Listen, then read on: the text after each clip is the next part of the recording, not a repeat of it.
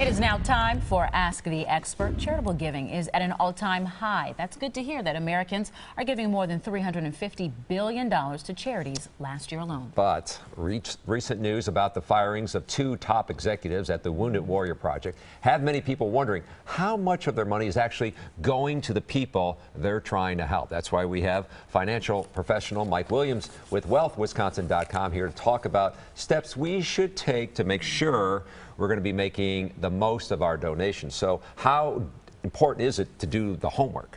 Yeah, see, a lot of people think just because you recognize the name or are familiar with it, they're going to put your dollars to good use. You still want to be familiar and recognize how your dollars are going to be used responsibly. See, a lot of these organizations are using the same, if not more, of your dollars to go towards just budgeting and fundraising instead of assisting or serving the folks you wanted to initially. So what's the first thing we should look for when we're looking at an organization we possibly want to give to? Yeah, see, in the world we live in today, we are blessed with the internet. There's a lot of clarity brought to a lot of organizations. The Better Business Bureau does a wonderful job bringing clarity and shedding some light on how these corporations operate. That's a great starting point.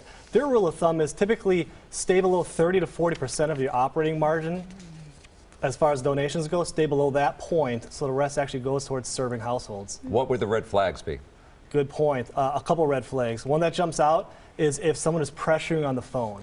Someone on the phone with pressure, any legitimate organization is not set up to do that.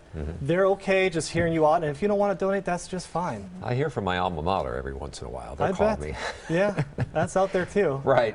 So what can we do to assure ourselves that the money that we're donating is actually going to good use? Yeah, a good thing you should do is always get confirmation in writing.